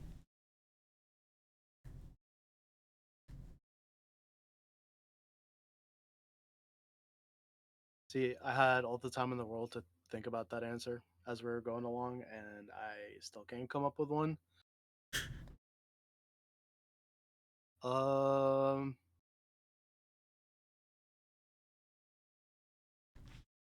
no. The only opinion I can think of is I don't want Ilka touching any remakes going forward, and I would love to see like Bandai Namco take over that department. And the only reason why I specifically think of Bandai is because they did such an amazing job with new Pokemon Snap. At least like if we're just talking graphics and like performance, it was really good in that department, and I feel like Bandai would be able to do it, but Ilka just yeah. Yeah, Ilka just.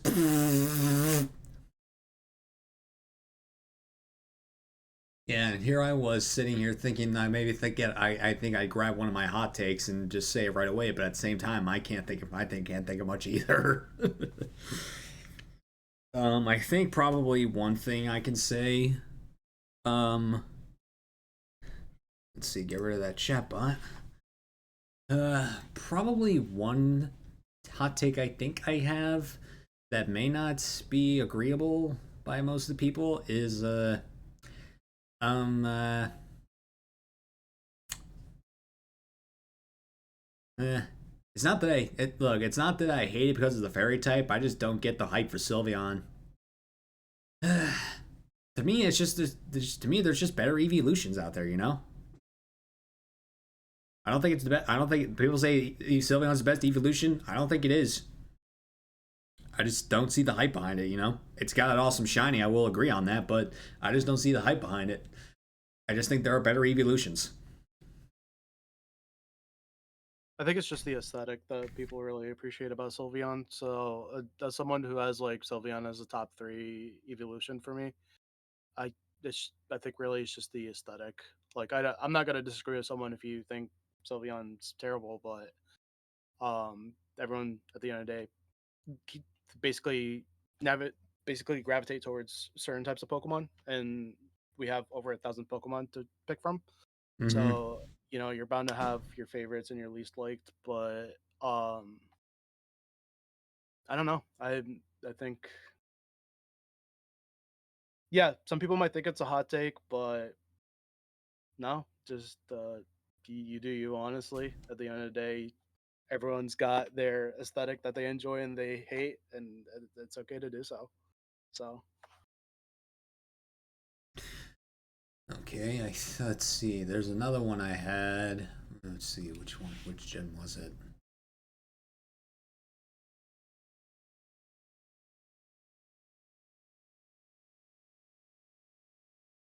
Oh yeah. Honestly, no diss on Gen 2. I think Typhlosion's overrated.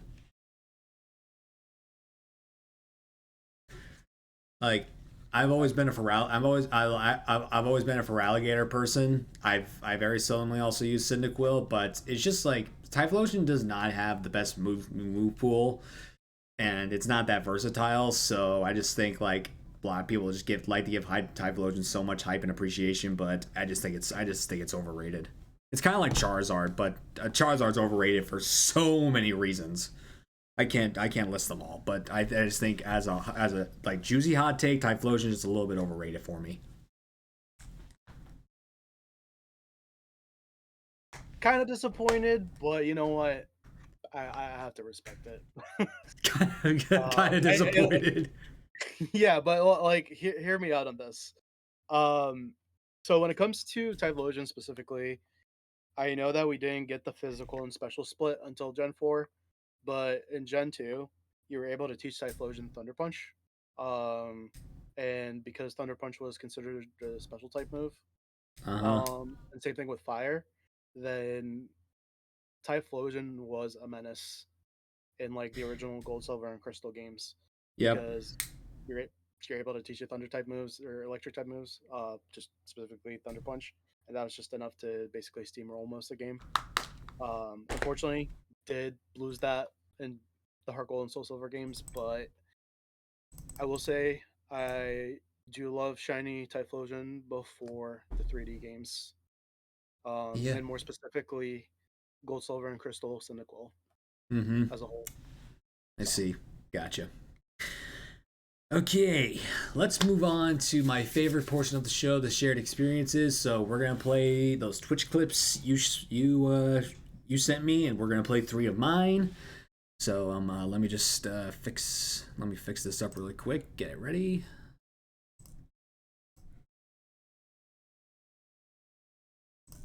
The only one I'm going to warn you about now is the Lunatone clip. Okay. And the only reason why I say that is because it does get very loud. So, for the sake of not only you, but the people in chat, when you get to that clip, just turn it down a bit. Headphone users beware. All right, let's watch this one. So this is the Heracross you were mentioning earlier. So Correct. let's see it. It's a critical catch. Yes! Please! Please! Yes! We did it! We did it! Finally! Oh my god. Oh my god. Guys, finally. There's just something about a juicy critical capture that just hits differently, you know? We've talked about this a little bit at the beginning of the stream. But that was like my longest shiny hunt to date at that moment. So to finally be done was just it was just sweet relief. I hear you there. It's always satisfying when that super long hunt finally just ends. But I think we're about to see even more hype from this one. That's a lot of Lunatones. Yeah, just a little, but headphone. Is that your users only definitely encounter, be Shiny? aware. Morgan King in this channel's deep lore. Oh, the new emotes are just there too. Yeah, yes! Finally! That's you! Alright.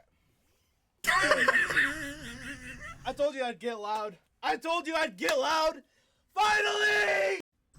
You just went from 11 to 1 in like literally less than a second. You were so hyped and then like, man. Yeah, like just to be able to shout at that exact moment after that, I was like, all right, I'm just that's it. That's done. I will say this is probably what started my adventure into the full-edge shiny hunting. Now, were you the person that claimed Chikorita for the Gen 2 Shiny Challenge? Someone else claimed the Chikorita, so I ended up evolving mine into a Bayleaf. But you do get to see that the Bayleaf was the one that I did end up getting on the list. Gotcha. All right. Cha-cha slide.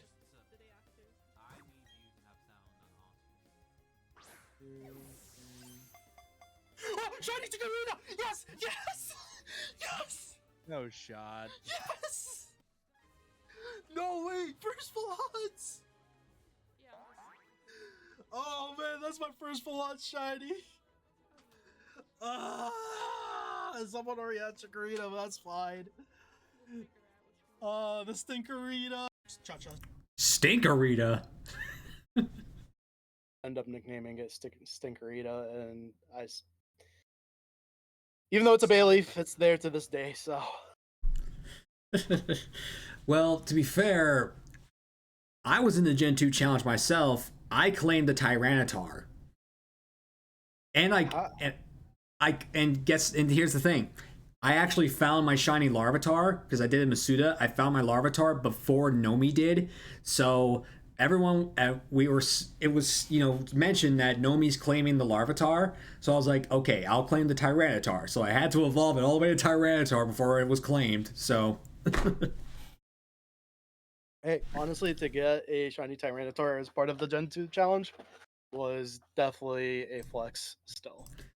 Well, I actually have two flexes. One of them you'll see in a second, but I don't know if you know this, but I have a series where I'm actually shiny hunting the least favorite Pokemon of all my fellow pokeNERDS Inc. guests. So your Spearow will eventually be one of those hunts. But this was Squid the Beast's hunt, and I despise this thing with a passion. It's my second least favorite Pokemon. But the fact, I don't know why I got so hyped for this thing because I hate it so much. I think it's because I could just, because like the hunt finally ended. So here's this. Yes, yes, yes, yes! Shiny patch! Shiny patch! Shiny patch! Oh God, please! Let's see lipstick! Let's see lipstick! Lipstick! Female! Shiny Wobbuffet! Oh God! Yes! We're done! We can leave! We can leave! Let me ask you real quick. Did you phase on this hunt at all with any male Wobbuffets? Nope, because I learned from my mistakes, or should I say, I learned from like my famous snow run clip on TikTok. Cute Charm. That Clefairy that I have that I led with had Cute Charm. So I was guaranteed the opposite gender. It was a male Clefairy. So more than not, I was finding female Wobbuffet. So I was making damn sure I didn't phase because I was not phasing on this stupid thing. Understandable. Very fair. Where's Squid? Where's Squid? Honestly, Disturbing the Peace is a great song to play in the background with that. So Yeah. I'm just gonna say that now. Yeah. Hopefully, I don't get copyright flagged on YouTube. I don't think I should. All right, so I did one of the I was doing one of the showdowns, and I was actually doing double hunting. I was using my secondary Switch 2 or my Switch Lite, going after Zigzagoons in the wild versus the ones I had on screen, so you'll see which one popped up. Oh my God! Yes! Yes! Yes! Shiny Nice. Zigzagoon! On my sword profile! Fun fact, I only use my sword profile for encounter hunts, and I get so lucky on encountering hunts in that file alone that I only use my shield profile for Masuda hunts, which I am known as the Masuda King for. Oh, I was about to say it. For some reason, I thought there was gonna be a shiny Galarian Zigzagoon on the egg too. That would have been insane. This technically breaks my curse. This breaks my curse. This breaks my curse. I was having a really bad shiny drought when I found that thing, so it did break a curse, quote unquote.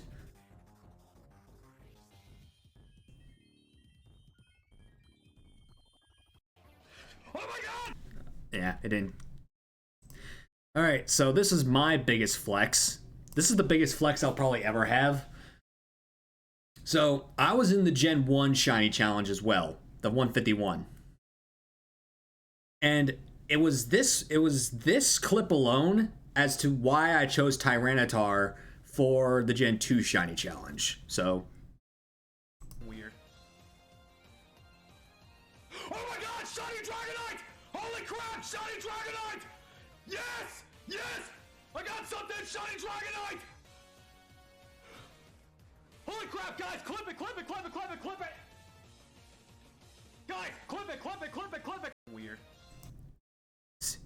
Like, for 1 second, you don't see it, but then all of a sudden, green Tootsies pop in the lower upper left-hand corner, and I was just going for a little blue red, but instead I found a puke green dragon. I was gonna say I very well remember that when we did the 151 challenge together. God, that to this day is like the biggest flex. And I actually thought about you a few days ago. I know we were planning to do this today, but I was actually going for a Farfetch'd and Let's Go, and I did end up phasing on a Dragonite in that hunt. You might Dang! not like me for what I'm about to say next. I did unfortunately let it disappear just because I was very focused on the Farfetch'd. Oh my I, god! I will try to reclaim it in the future. But Farfetch'd, I've heard, is one of the worst shiny hunts to do on Let's Go, and I did sacrifice it, but I also sacrificed 2 chances. But no one cares about Chansey. Oh, good lord. Uh, but yeah, the reason why I chose, uh, the reason why I chose Tyranitar to do the Gen 2 challenge for was because I found Dragonite in Gen 1. So I found the pseudo for Gen 1, so I decided to be the pseudo collector by claiming the Tyranitar for Gen 2. So if we did actually have the Gen 3 challenge, if that ever happened, would you have gone for Salamence and or Metagross?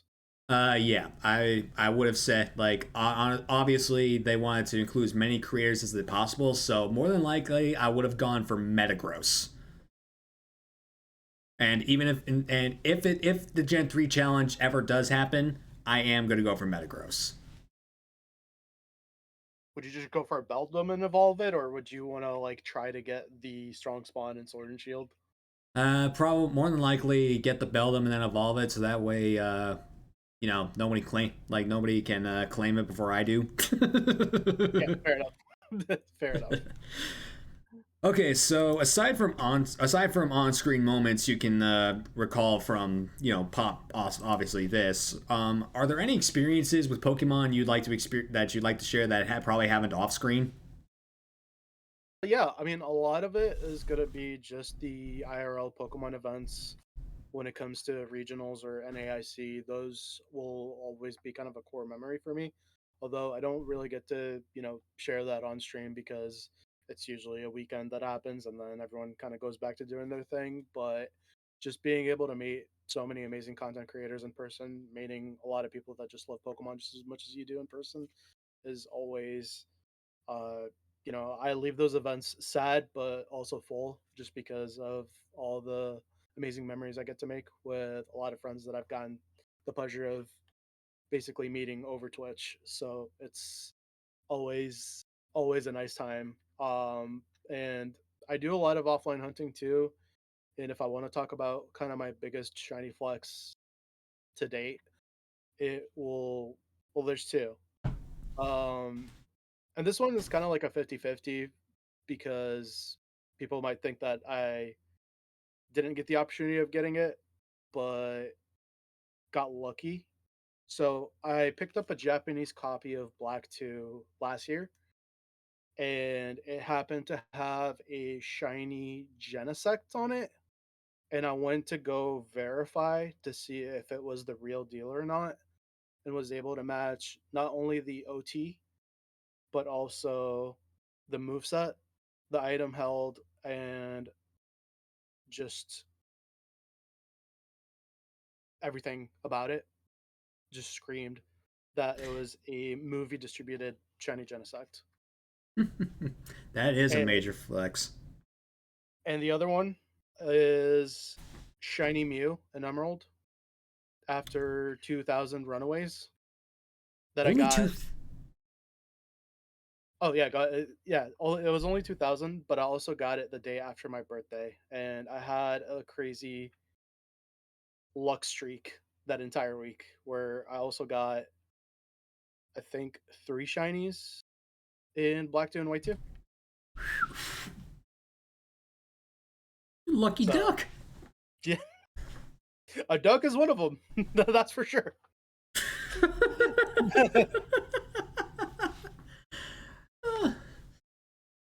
Yeah, I remember when I finally got Solgaleo from DA's.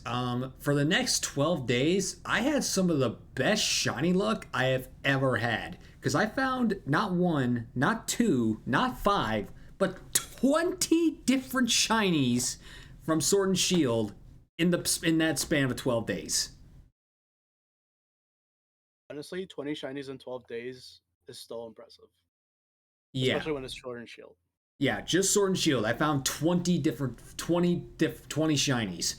And freaking like, whew, I was doing one of those team event competitions at the time. I was the MVP of my team. My team won. Like it was a very awesome crowning achievement for little old me. In fact, like I said it for I said it for well over for months. I had the Red Lion's blood running through my veins.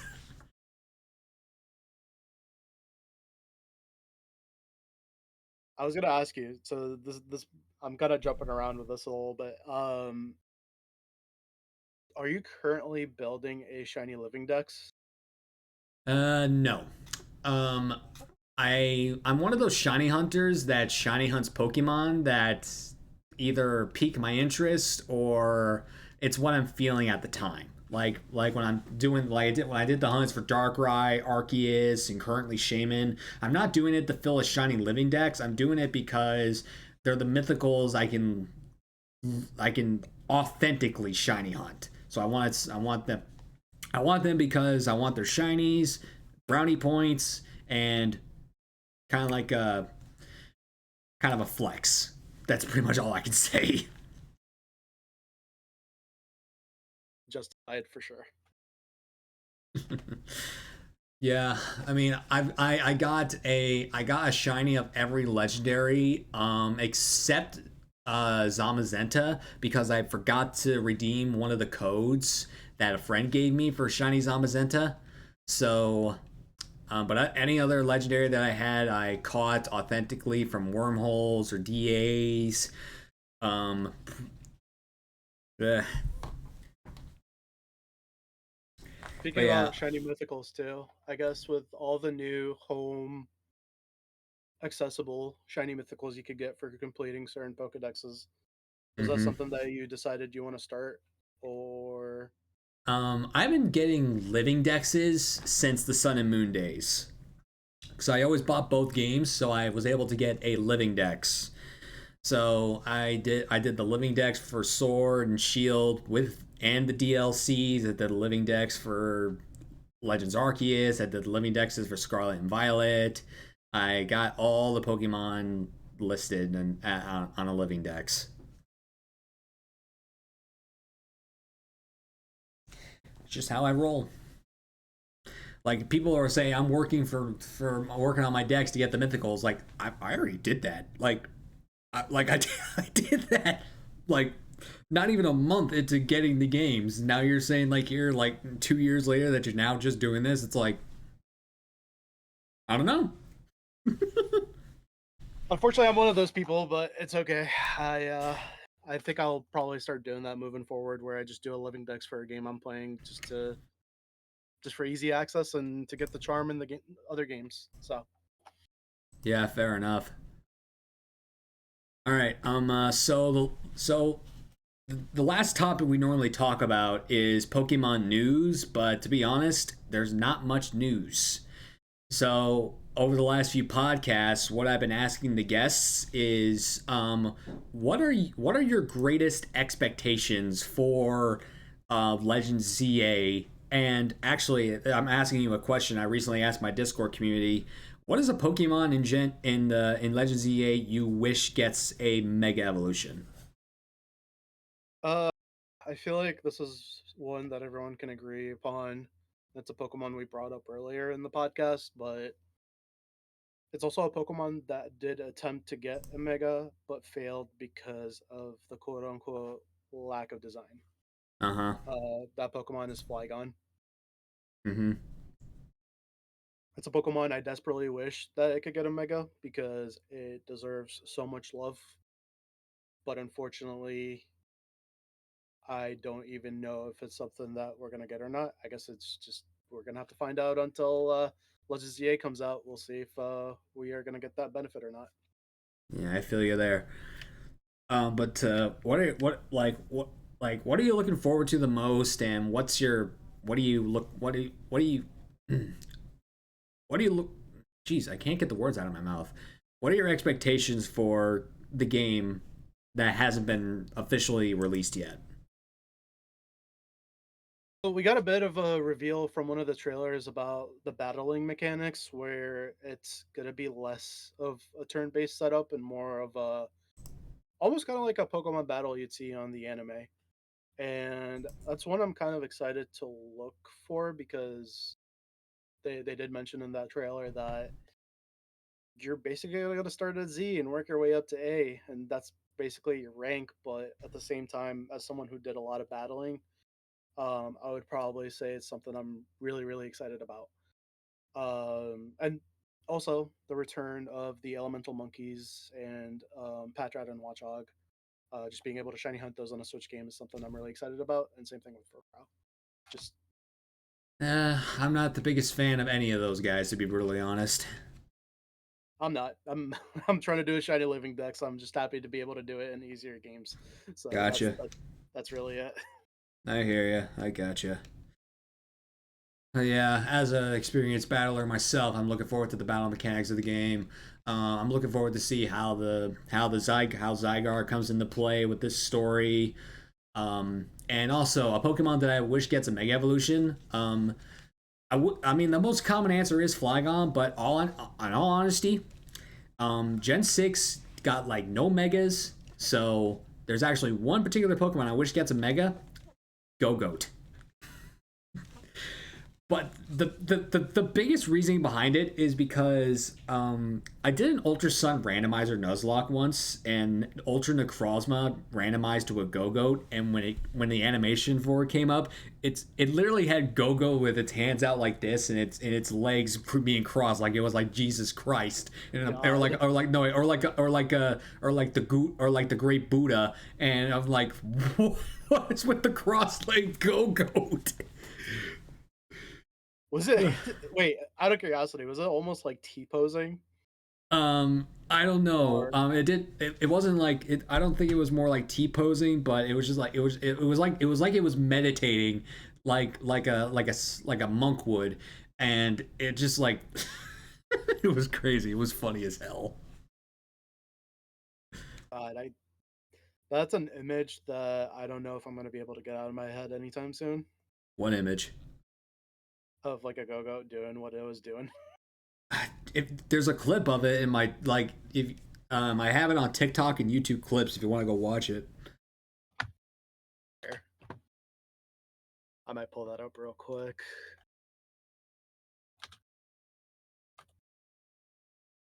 All right. Well, while you're doing that, so I know you've been a little bit inactive for reasons you talked about with me before stream, but whenever you decide to get back, is there anything we can look forward to from BasilSoFresh going forward?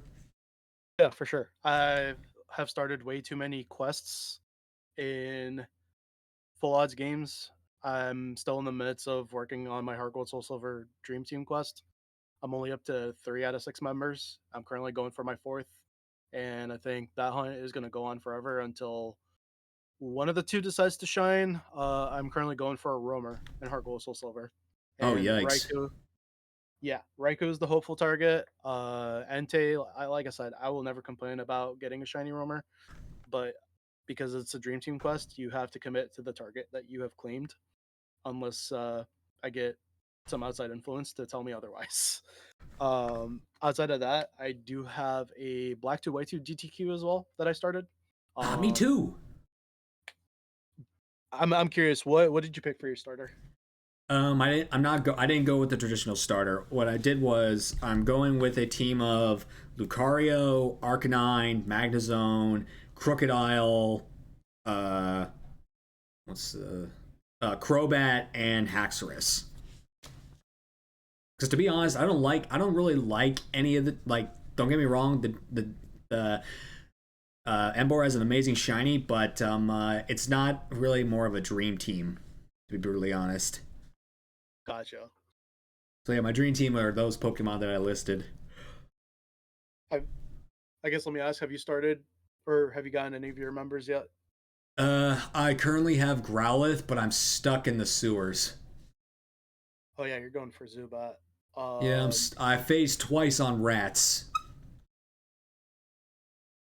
but I didn't catch the rats because freaking my rival knocked him out before I could catch him. So I'm doing double. Right. I was gonna say, you know what? That helps weeds out the Pokemon that you don't want, so you can have a Pokemon that you do want.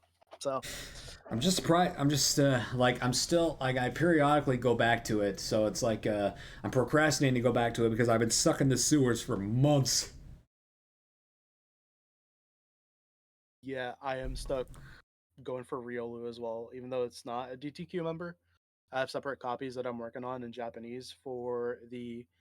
I don't know if I'm even pronouncing this right, but the is it Flock or Flossessy? I'm not sure which one it is, but the branch. Yeah, I know what you're There's a talking about. Yeah, so the 5% Riolu there is a hunt that I am doing outside of my DTQ. And Yeah, I'm waiting until I get a little. I'm waiting until I get some money saved up for repel, so I can do a little bit of repel hacks. yeah, I think the only downside to it is you might end up running into Lollipop more because I think it's roughly that same level. Yeah, that's one of the downsides, but it weeds out it weeds out the other Pokemon. Sure.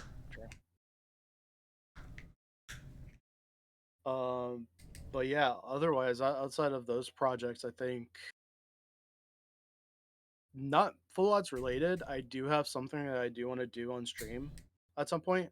I do want to hunt all the space time distortion exclusive Pokemon to finish out my PLA shiny living ducks. Mm-hmm. So all the fossils, Magnemite, Magneton, Porygon line, and then I think Weavile. I would want to do those hunts on stream to kind of finish out the PLA shiny living ducks, I gotcha. which I'm like 14 away from doing. So Well, I wish you the best of luck on those endeavors. thank you. What about you? What does the Poke Network have planned for the future? Well, I'm gonna wrap up my Platinum Randomizer Nuzlocke probably next week. I'm gonna be doing a Soul Link with Chaos 6 sometime later this year. Black 2 and White 2 Randomizer Nuzlocke, Randomizer Soul Link Nuzlocke. If I can get back into my apartment, I'm going to do my final Dark Lock, which will be in Soul Silver. I've done Dark Locks and Scarlet, Sword, Ultra Moon, Y, Black 2, Platinum, Omega Ruby, and that's 7 regions conquered with the only dark types. So I need to conquer the last 2 in one game. Nice. Yeah, plus get all the rings. yeah, and also like I said, I'm going to NAIC later next month, so I'm really looking forward to that and meeting some of the cool Pokemon peeps I'll eventually get to meet. So if you're tuning in, if you're going to New Orleans NAIC, come look for me. I'll be the guy with the red shade sunglasses. All right. As much, Huh? I was just gonna say, as much as I would like to go to NAIC, unfortunately, I'm not gonna be able to make it this year. But if you plan on going next year and I just end up happening to be there, I would look forward to meeting you too. Gotcha. Okay, so first off, I like to thank again, guys. Thank you so much to BasilSoFresh for taking the time out of his day to taking time to come onto the show and let me interview him. What makes him the PokeNerd that he is. So thank you so much, Basil, for giving me the time of day. And on top of that, I have one more request of you. Guest. The policy is guest chooses the raid. So who is getting the pokeNERDS Inc. love today? Let's go ahead and take a. You can request whoever. It doesn't matter what they're playing. Doesn't matter who they are. If you want to rate them, we'll rate them. Hey, what's up, Coco? How you doing? Hey, Coco. Another see. season 4 guest. I see Maria's streaming right now. So Who? Maria. Oh, Mariaculous. No problem. So. Who ironically was the first guest to be featured on this show in this room. Yeah, for those of you that don't know, I'm currently living with my sister Sydney and my brother-in-law Daniel right now because my apartment has no power, and I don't know when it'll get power back, so that's why I'm in my temporary quarters.